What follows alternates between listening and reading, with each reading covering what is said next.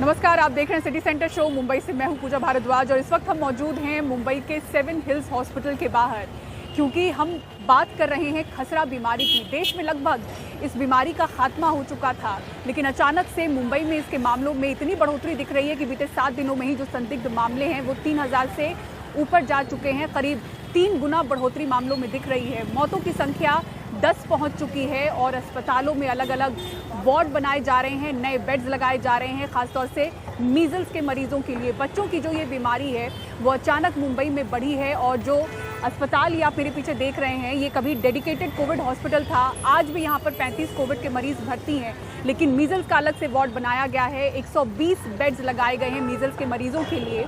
उनमें से जो 100 बेड्स हैं वो ऑक्सीजन बेड्स हैं, 10 वेंटिलेटर बेड हैं और 10 आईसीयू के बेड्स लगाए गए हैं। तो किस तरह से मुंबई में इसका प्रकोप खसरा का अचानक बढ़ा है, आपको हम रिपोर्ट के जरिए दिखाते हैं। 10 साल के इस मासूम को करीब 15 दिन पहले बुखार आया, फिर शरीर पर दाने आए, मीजल्स होने की पुष्टि हुई और तब तक हालत इतनी बिगड़ गई कि बच्चा सांस लेने की तकलीफ के बाद लकवे का शिकार हुआ और अब मुंबई के स्पर्श चिल्ड्रन हॉस्पिटल में वेंटिलेटर पर भर्ती है। हेड को पूरा उस साइड देखो, मेरी को इससे ज्यादा नहीं होता है। बताया जा रहा है कि बच्चे को खसरे का टीका नहीं लगा था। बुखार के बाद इलाज में भी थोड़ी देरी हुई। हम लोग समझे कि थोड़ा खुजलाहट है बदन में, वो खत्म हो जाएगा, जिसके वजह से हम लोग ने थोड़ा ये उतना एक्टिव हुए नहीं। उसके बाद रशेस खत्म हो गया, फिर उसके बाद 1 हफ्ते के बाद बुखार आया और कंडीशन आप देख ही रहे हैं कैसी है। से आप लोग से उम्मीद है, आप लोग से विनती है कि आप लोग अपने बच्चों का केयर करें और इस पे ध्यान दें कि ऐसा अगर कुछ सिम्टम्स आए तो फौरन डॉक्टर को दिखाएं, फौरन डॉक्टर्स के से संपर्क करें। इसी अस्पताल में 13 महीने का ये मासूम भी मीजल्स के कारण मंगलवार को भर्ती हुआ है। पिता बताते हैं टीका लगवाने में थोड़ी देरी हुई। तो 9 मंथ की जो वैक्सीन है वो वैक्सीन हमने थोड़ा लेट कर दिया देने में। हमारे पास सरकारी उन लोग आए थे, लेकिन हमारे थोड़ा लेट हो गया। तो वो लेट के चक्कर में इनको मतलब बुखार ज़्यादा हो गया और बुखार ज़्यादा होने के चेहरे पे मतलब दाग वगैरह आ गए। 90% पेशेंट आर अनवैक्सीनेटेड, जिनको वैक्सीन नहीं मिला है। बीएमसी टाइप पेशेंट्स है वो तो पूरे के पूरे जो slum area like Govandi area से सबसे ज़्यादा है। एंटॉप हिल एरिया से आ रहे हैं, कुछ कुर्ला के हैं, थोड़ा धारावी के पेशेंट्स हैं। पुअर हाइजीन की वजह से और एक ही ओवर क्राउडिंग की वजह से ये इन्फेक्शन एक्चुअली ड्रॉपलेट से फैलता है एक दूसरे को। कोरोना काल में बाकी बीमारियों के जरूरी टीकाकरण में दिखी कमी भी इस फैलाव का बड़ा कारण हो सकती है। ऐसे अंदेशे के बीच बस्तियों में युद्ध स्तर पर खसरा का टीकाकरण जारी है। बच्चे हंसते खेलते टीका लगवा लें, बीएमसी इसका ध्यान भी दे रही है। आपके बदन पे आपको लगता है कि मुझे ऐसे कुछ महसूस हो रहा दिख रहा है, तो आपको घर पे जाके अपने मम्मी पापा को दिखाना है। मुंबई में इस समय 208 खसरा मरीजों का इलाज जारी है। मुंबई के अस्पतालों में मीजल्स के लिए फिलहाल 135 बेड हैं। करीब 70% ये बेड भरे हुए हैं। बीमारी से ग्रस्त 94 मरीज भर्ती हैं। इनमें से 26 ऑक्सीजन बेड पर हैं और 1 वेंटिलेटर पर। गोवंडी, कुर्ला, अंधेरी, प्रभादेवी, गोरेगांव, कांदिवली, भायखला, माटुंगा, भांडुप, चेंबूर, सांताक्रूज ऐसे तमाम इलाकों की झुग्गी बस्तियों में खसरा के मामले मिल रहे हैं। मुंबई में 3208 संदिग्ध मामले हैं। बीते 1 हफ्ते में संदिग्ध मामलों में करीब 200% की बढ़ोतरी दिखी है। क्या खसरे के वायरस में किसी तरह का बदलाव या म्यूटेशन हुआ है? मुंबई और राज्य के अन्य हिस्सों में फैल रहे खसरे के प्रकोप को समझने के लिए इसके पॉजिटिव नमूनों का अध्ययन जारी है। मुंबई से पूजा भारद्वाज, एनडीटीवी इंडिया। और अब आइए श्रद्धा वालकर हत्याकांड की बात करते हैं। आरोपी आफ्ताब की 4 दिन की पुलिस हिरासत बढ़ा दी गई है। कोर्ट में आरोपी ने कहा है कि गुस्से में आकर उसने श्रद्धा को मार डाला। आपको बता दें कि आरोपी का पॉलीग्राफ टेस्ट और नार्को टेस्ट होना है। इधर पुलिस दावा कर रही है कि जांच में 200 पुलिसकर्मी जुटे हुए हैं और 80% जांच पूरी हो चुकी है। श्रद्धा वालकर की हत्या के आरोपी आफ्ताब अमीन पूनावाला को दिल्ली पुलिस साकेत कोर्ट के लॉकअप लेकर गई। वहीं कोर्ट लगी और कोर्ट ने आरोपी को 4 दिन के पुलिस रिमांड पर और भेज दिया। अभी पुलिस को काफी कुछ करना है। अभी उनको नार्को भी करानी है, पोली भी करानी है, कुछ इन्वेस्टिगेशन भी करनी है, तो उनके इस ग्राउंड पर उनको दिया गया जो है। तो सर कोर्ट ने भी आफ्ताब से कुछ पूछा सर सुनवाई के दौरान? कोर्ट ने नहीं पूछा कि you are in stable condition, जो है आपको कोई टॉर्चर को नहीं की जा रही है, आपको कोई हार्म तो नहीं पहुंचाई जा रही है। तो आफ्ताब ने बोला नहीं, ऐसा कुछ नहीं है, दिल्ली पुलिस मुझे पूरी कोऑपरेट कर रही है जो है।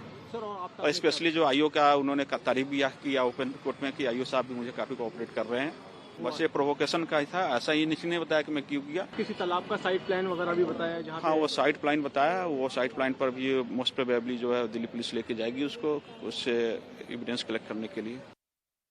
इस बीच पुलिस को 20 नवंबर को जंगल से शव के कुछ टुकड़े और जबड़ा मिला है। अभी हथियार और शव के कई टुकड़े बरामद करने हैं। आरोपी के घर से एक रफ साइड प्लान मिला है, उससे सर्च ऑपरेशन में मदद मिलेगी। वहीं आफ्ताब ने कहा कि उसने श्रद्धा को अचानक आए गुस्से की वजह से मारा है। जहां जहां शव के टुकड़े फेंके हैं वो जगह मैप के जरिए पुलिस को बता दी है। हत्या को काफी वक्त हो गया है, इसलिए उसे ज्यादा कुछ याद नहीं। दिल्ली पुलिस सूत्रों के मुताबिक पूछताछ में आफ्ताब ने बताया कि उसने श्रद्धा के मर्डर में इस्तेमाल आरी और ब्लेड गुरुग्राम की डीएलएफ फेज 3 की झाड़ियों में फेंका है। वहीं चापड़ उसने छतरपुर के 100 फुटा रोड के कूड़ेदान में फेंका है। दिल्ली पुलिस ने अभी तक चेहरे के जबड़े समेत टोटल 18 हड्डियां बरामद की हैं। आफ्ताब ने श्रद्धा के शव के टुकड़े जहां जहां फेंके उसको लेकर एक रफ साइड प्लान बनाया था, जिसमें वो हिसाब रखता था कि कौन सा टुकड़ा कहां फेंका। दिल्ली पुलिस ने उसके फ्लैट से ये रफ साइड प्लान बरामद कर लिया है। पुलिस सूत्रों की माने तो आफ्ताब के फ्लैट के किचन के अलावा उसके बाथरूम से भी खून के धब्बे मिले हैं। बाथरूम की टाइल्स तोड़कर सीबीआई की सीएफएसएल टीम ने इन्हें खोज निकाला। सभी सबूत आगे की फॉरेंसिक जांच के लिए सीएफएसएल लैब भेज दिए गए हैं। दिल्ली पुलिस ने दिल्ली हाई कोर्ट में कहा कि श्रद्धा वॉलकर हत्याकांड की जांच में 200 पुलिसकर्मी लगे हुए हैं और इस केस की 80% जांच पूरी हो चुकी है। वहीं दिल्ली पुलिस सूत्रों की माने तो इस मामले में जो डीएनए रिपोर्ट है उसको आने में 2 हफ्ते का वक्त लगेगा। इसके साथ में जो नार्को और पॉलीग्राफ टेस्ट है वो भी अगले कुछ दिनों में हो जाएगा। अगर सब कुछ ठीक रहा तो दिल्ली पुलिस का केस मजबूत होगा, क्योंकि ये केस फॉरेंसिक, साइंटिफिक और टेक्निकल जांच पर टिका हुआ है। नई दिल्ली से मुकेश सिंह सेंगर, एनडीटीवी इंडिया। और श्रद्धा हत्याकांड की जांच में जुटी दिल्ली पुलिस की ओर से आरोपी आफ्ताब की क्रूरता को लेकर लगातार नए खुलासे हो रहे हैं। सबूत इकट्ठा करने के लिए दिल्ली पुलिस की टीम जो वसई पहुंची है, अब तक श्रद्धा के दोस्तों, उसके जानने वाले करीबी और सोसाइटी के 14 लोगों का बयान दर्ज कर चुकी है। सुनील सिंह, ग्राउंड रिपोर्ट देखिए। सर खाली बता दीजिए। अब तक करीब 14 लोगों के बयान दिल्ली पुलिस दर्ज कर चुकी है, जिनमें श्रद्धा के दोस्त, मकान मालिक और मुसीबत के समय श्रद्धा की मदद करने वाले शामिल हैं। सभी का कहना है कि श्रद्धा को हमेशा आफ्ताब से डर लगा रहता था, क्योंकि वो अक्सर उसे बुरी तरह पीटता था। वसई की सामाजिक कार्यकर्ता पूनम बिडलान ने पुलिस को बताया कि एक बार तो आफ्ताब ने श्रद्धा को सिर्फ इसलिए पीटा था क्योंकि वो नॉनवेज नहीं खा रही थी। उस दिन तो नॉनवेज खिलाने के लिए उसका झगड़ा हुआ था। दिल्ली पुलिस की जांच में पता चला है कि आफ्ताब ने घर में इस्तेमाल होने वाले 37 सामान वसई से दिल्ली मंगवाए थे। अब दिल्ली पुलिस इस एंगल से भी जांच कर रही है कि कहीं आफ्ताब ने सबकी आंखों में धूल झोंकने के लिए तो घर का सामान नहीं मंगवाया था। मई महीने में श्रद्धा की हत्या के बाद से ही आफ्ताब ने सभी को यही बताया कि श्रद्धा खुद घर छोड़कर चली गई है, लेकिन उसे पता था कि श्रद्धा की तलाश में पुलिस कभी न कभी उस तक पहुंच सकती है। पुलिस को शक है कि अपने इसी झूठ को सच साबित करने के लिए उसने वसई से सामान दिल्ली मंगवाने की साजिश रची, ताकि वे बता सके कि श्रद्धा अपने साथ अपना घर का सामान भी ले जा चुकी है। इसलिए मजबूरी में उसे वसई से दिल्ली घर का सामान मंगवाना पड़ा। दिल्ली पुलिस मीरा रोड के गुडलक पैकर एंड मूवर्स के गोविंद यादव का बयान भी दर्ज कर चुकी है। और आप तुम जानते भी नहीं आफ्ताब कौन है क्या है, क्योंकि मैं गांव था, हमको काम करने से मतलब काम किया पैसे लिए। चाहे गॉडविन हो या पूनम, दोनों के बयानों से साफ है कि जब भी श्रद्धा आफ्ताब के बुरे बर्ताव से तंग आकर उसे छोड़ना चाहती, तब आफ्ताब के माता पिता उसे मनाकर वापस आफ्ताब के साथ रहने को मजबूर कर लेते। अब सबका यही मानना है कि आफ्ताब के माता पिता की बजाय श्रद्धा अगर अपने परिवार की बात मानती तो शायद आज जिंदा होती। वसई से कैमरामैन अशोक मार्डी के साथ सुनील सिंह, एनडीटीवी इंडिया के लिए। और उद्योग संघों ने वित्त मंत्री निर्मला सीतारमण से बजट 2023 में आम आदमी और इंडस्ट्री पर टैक्स के बोझ को कम करने की मांग की है। हिमांशु शेखर की रिपोर्ट देखिए। मंगलवार को उद्योग संघ PhD chamber of commerce and industry के एक हाई लेवल डेलीगेशन ने राजस्व सचिव के साथ बजट 2023 पर मुलाकात कर अपनी मांगों की लिस्ट सौंपी। उद्योग संघ ने मांग की है कि आम आदमी पर टैक्स का बोझ कम करने के लिए इनकम टैक्स के स्लैब्स में बदलाव किया जाए। हाउसिंग पर टैक्स रिबेट की सीलिंग 2 लाख से बढ़ाकर 5 लाख किया जाए। टैक्स एग्जेम्पशन की सीमा 2.5 लाख से बढ़ाकर 5 लाख की जाए और कंज्यूमर ड्यूरेबल्स पर भी टैक्स रिबेट का प्रावधान हो। देखिए, हमने पर्सनल इनकम टैक्स स्लैब्स में सुझाव दिया है कि जो काफी देर से हम रिबेट दे रहे हैं हाउसिंग के ऊपर, जो 2 लाख रुपए है, उसको कंजम्पशन रिबेट मानते हुए उसको और एक्सटेंड किया जाए। आदमी एक घर खरीदना चाहता है या 2 घर खरीदना चाहता है या फिर वो ड्यूरेबल्स में इन्वेस्ट करना चाहता है, तो उसको कंजम्पशन के ऊपर रिबेट देना चाहिए और ये 5 लाख रुपए तक रिबेट इंक्रीज कर देना चाहिए कि जिससे कि कंजम्पशन बढ़ेगा इकोनॉमी में। जब कंजम्पशन बढ़ेगा तो प्राइवेट इन्वेस्टमेंट्स बढ़ेंगी। उद्योग संघ कॉन्फेडरेशन ऑफ इंडियन इंडस्ट्री यानी सीआईआई ने भी वित्त मंत्री से इनकम टैक्स स्लैब्स को रैशनलाइज कर टैक्स रेट घटाने की वकालत की है। वित्त मंत्री निर्मला सीतारमण को सौंपे अपने मेमोरेंडम में सीआईआई ने लोअर एंड के करदाताओं के लिए टैक्स की दरें कम करने की मांग की है। टैक्स रेट घटाने से आम उपभोक्ताओं की जेब में ज्यादा पैसे बचेंगे, खपत भी बढ़ेगी। जीएसटी स्लैब्स की संख्या 5 से घटाकर 3 किया जाए और जीएसटी की पीक रेट 28% से घटाई जाए। यूरिया खाद की कीमत डिकंट्रोल करके सभी तरह की खाद के लिए किसानों को cash subsidy direct benefit transfer के जरिए मुहैया कराई जाए। अंतर्राष्ट्रीय अर्थव्यवस्था में मंदी और स्लोडाउन के खतरे को देखते हुए उद्योग जगत ने वित्त मंत्री से मांग की है कि इस चुनौती से निपटने के लिए ये बेहद जरूरी होगा कि भारतीय अर्थव्यवस्था में डिमांड और कंजम्पशन दोनों बढ़ाने के लिए बजट 2023 में विशेष प्रावधान शामिल किए जाएं और इस संदर्भ में वित्त मंत्री को पर्सनल इनकम टैक्स के साथ साथ जीएसटी स्लैब्स में भी महत्वपूर्ण बदलाव करने पर गंभीरता से विचार करना चाहिए। दिल्ली से हिमांशु शेखर, एनडीटीवी इंडिया।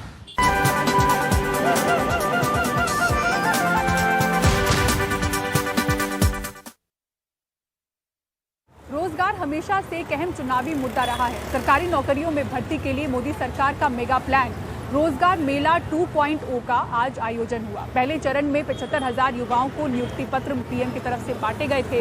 इस बार 71,000 युवाओं को नियुक्ति पत्र दिए गए। देखिए रिपोर्ट।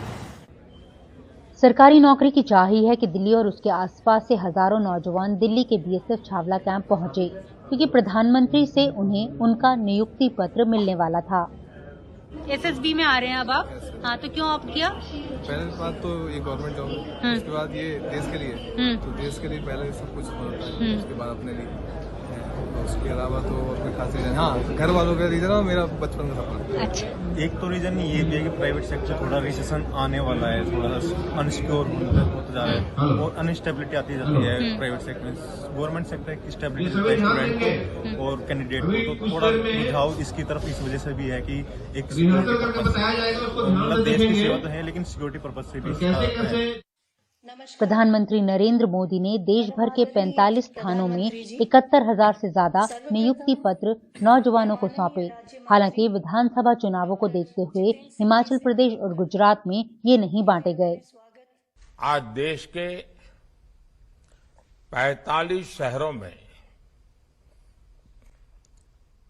71,000 से ज्यादा युवाओं को नियुक्ति पत्र दिए जा रहे हैं। यानी आज एक साथ हजारों घरों में खुशहाली के नए दौर की शुरुआत हुई है। आज का ये विशाल रोजगार मेला दिखाता है कि सरकार किस तरह गवर्नमेंट जॉब देने के लिए मिशन मोड में काम कर रही है।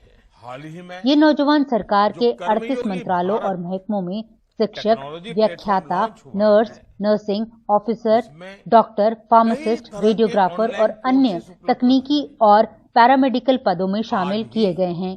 साथ ही विभिन्न केंद्रीय सशस्त्र पुलिस बलों में गृह मंत्रालय द्वारा बड़ी संख्या में पदों को भी भरा गया है। मैंने इस जॉब को इसलिए चूज किया क्योंकि पहली बात जॉब सिक्योरिटी है। हमने कोरोना काल में देखा कि कितनी परेशानी हुई प्राइवेट जॉब वाले लोगों को, कितनी कंपनियों में रिसेशन आया और लोगों को निकाल दिया गया। तो वो चीज़ गवर्नमेंट जॉब के ऑफिशियल्स के साथ नहीं होती है। डिफेंस में जाने का मन था, देश सेवा करने का मन था, थोड़ा प्रेशर था। नहीं, ऐसा नहीं कह सकते, पेरेंट्स का प्रेशर था। पेरेंट्स तो चाहते थे कि मैं सिविल में जाऊं, कुछ सिविल करूं, लेकिन मेरा मन था कि मैं देश सेवा करूं और मेरा यहाँ हो भी गया सिलेक्शन। मैंने लास्ट ईयर IBPS का फॉर्म भरा था, उसी के अलग अलग प्री होते हैं, मेंस होते हैं, इंटरव्यू होते हैं, तो मेरा फाइनल मेरिट जो है 0.2 से रह गया था। देन बच्चे रिजर्व लिस्ट में चले जाते हैं, तो रिजर्व लिस्ट अभी 30 सितंबर को क्लियर हुई है। देन उसके थ्रू मेरी ज्वाइनिंग आई है यूको बैंक में एज अ PO। वैसे विपक्ष का ये आरोप है कि ज्यादातर इन बच्चों ने परीक्षाएं पिछले 1 साल में पास की, लेकिन नियुक्ति पत्र उन्हें अब दिया जा रहा है। हालांकि केंद्रीय गृह राज्य मंत्री ने इस बात का खंडन किया और कहा कि विपक्ष के पास कहने को कुछ नहीं है। प्रधानमंत्री जी बोले कि जहां केंद्र शासित राज्य है और जहां भाजपा शासित राज्य है, वहां राज्यों ने भी रोजगार मेला लगाकर नौजवानों को आज रोजगार देने का काम कर रही है, नियुक्ति पत्र देने का काम कर रही है। यानी कि भारत सरकार की प्रेरणा से जहां भी केंद्र शासित राज्य है और भाजपा शासित राज्य है, वहां नौजवान भाइयों बहनों को आज नियुक्तियां मिल रही है, रोजगार मिल रहे हैं। इस साल के शुरू में बिहार और उत्तर प्रदेश में लाखों नौजवान रोजगार को लेकर सड़कों पर उतरे थे। Centre for monitoring Indian economy यानी CMIE के आंकड़ों के अनुसार अक्टूबर 2022 में भारत की बेरोजगारी दर पिछले महीने के 6.4% से बढ़कर 7.8% हो गई थी। एम्प्लॉयमेंट का अर्थ ये नहीं होता है केवल सरकारी नौकरी, लेकिन आपको ये भी हमें समझना होगा कि मोदी जी के आने से पहले, प्रधानमंत्री बनने से पहले इस देश में स्टार्टअप्स की कुल संख्या मात्र 350 थी। आज वो बढ़कर के 80,000 का आंकड़ा पार कर गई। यूनिकॉर्न्स की संख्या 100 से अधिक बढ़ गई। भारत को विश्व में तीसरे दर्जे पर स्टार्टअप इकोसिस्टम में शुमार किया जाता है। तो ये सारे इंडिकेटर जो हैं, ये सारे संकेत रोजगार के हैं।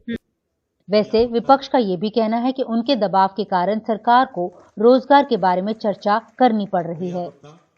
माननीय मुख्यमंत्री जी द्वारा अगर नियुक्ति पत्र बांटा जा रहा है और उसको देखते हुए अगर केंद्र जो है नियुक्ति पत्र बांट रही है, तो इससे बड़ा बात क्या हो सकता है। लेकिन अच्छा बात है ना, आज कम से कम इस एजेंडे पे तो आगे जो लोग दिन रात भेदभाव, हिंसा की बात करने वाले लोग, अमन चैन छीनने वाले लोग, कम से कम आज उनको नौकरी पे तो आना पड़ा ना। हर साल 12 लाख बच्चे जो हैं वो जॉब मार्केट्स में उतरते हैं। इस साल ने अगले 12 महीने में 10 लाख नौजवानों को रोजगार देने का वादा किया है। ये एक अच्छी पहल है, लेकिन इससे भारत की जो बेरोजगारी का स्तर है उस पर ज्यादा असर होता दिखाई नहीं पड़ रहा। लेकिन ये बात तय है कि जो मोदी सरकार है उसकी रिपोर्ट कार्ड आने वाले 2024 के इलेक्शन में ज्यादा कुछ बेहतर होने के आसार जरूर दिखाई पड़ रहे हैं। नई दिल्ली से नीता शर्मा, NDTV इंडिया के लिए। और मुंबई में इन दिनों जू आकर्षण का केंद्र बना हुआ है। इसका कारण है यहाँ मौजूद 3 नवजात पेंगुइन्स। इन पेंगुइन्स को 24 घंटे निगरानी में रखा जा रहा है। इन्हें 3 वक्त का खाना दिया जा रहा है और सभी तरीके से इनका ख्याल रखा जा रहा है। अक्टूबर महीने में इस जू में दिवाली के दौरान एक दिन में 31,000 विजिटर्स आए थे, जो अपने आप में एक रिकॉर्ड था।